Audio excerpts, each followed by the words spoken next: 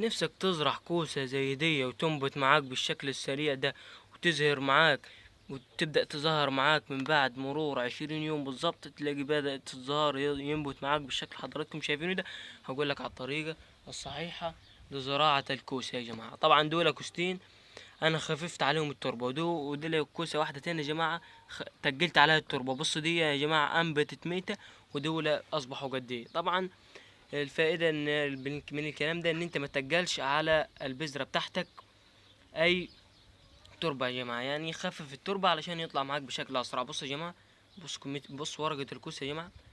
طبعا ده يا جماعة تسميدات انا رششها، وان شاء الله نعرف مع بعضينا على القناة وجميع التفاصيل انت ازاي تقدر تستهم بالكوسة. ويلا بينا نزرع بنفس الطريقة دي.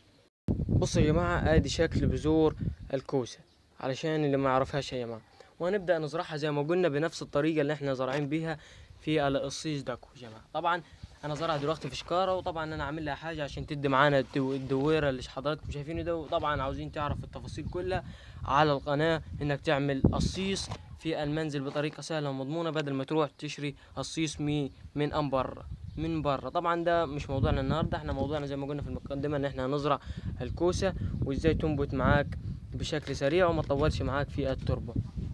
تمام يا جماعة. طبعا قبل ما نبدأ ما تنسوش تصلوا على النبي وتشتركوا في القناة عشان يوصلكوا كل جديد.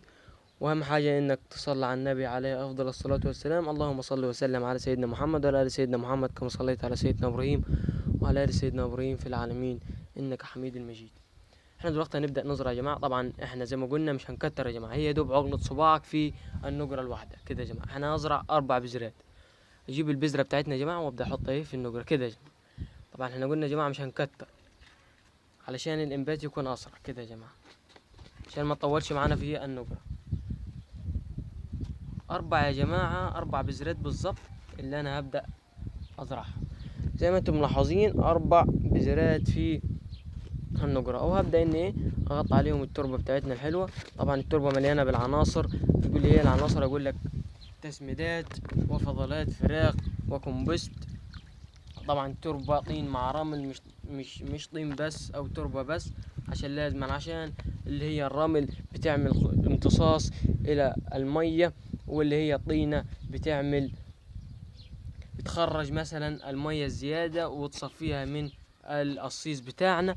طبعا عليها فضلات الفراخ علشان تساعد الجدر على النمو والتخدير بشكل سريع. وطبعا ده كله مزروع وموجود عندك في المنزل. وما تنساش تتابعني علشان في فيديوهات تاني كثيرة هنعملها ان شاء الله عن الزراعة، وانا جايب كمية بذور عن جميع الخضروات هنزرع مع بعضينا ده كله ان شاء الله النهاردة في فيديوهات تاني كثيرة. بس ما تنساش تتابعني وتشترك في القناة وتعمل لايك للفيديو بيدك الحلوة الجميلة عشان يوصلك كل جديد. وطبعا معود انا متابعيني انه يصلى على النبي في اخر الفيديو.